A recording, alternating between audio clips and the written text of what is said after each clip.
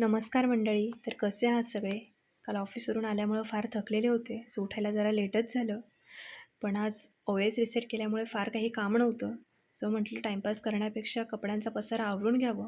गावावरून आल्यानंतर माझी बॅगही तशीच होती. बॅगमधनं कपडे मी काढलेच नव्हते. टाईमच मिळत नव्हता मला आवरायला. सो आज म्हटलं काहीही झालं तरी मला पूर्ण पसारा आवरायचाच आहे.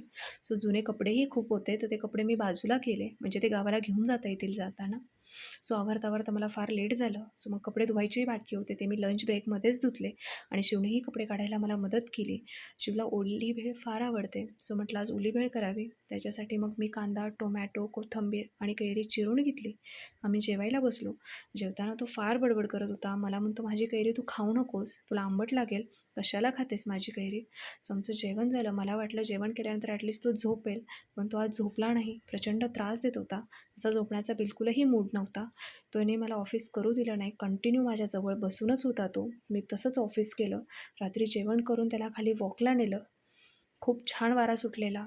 दिवसभराचा पूर्ण थकवा निघून गेला. खूप सुंदर आणि फ्रेश वाटत होतं.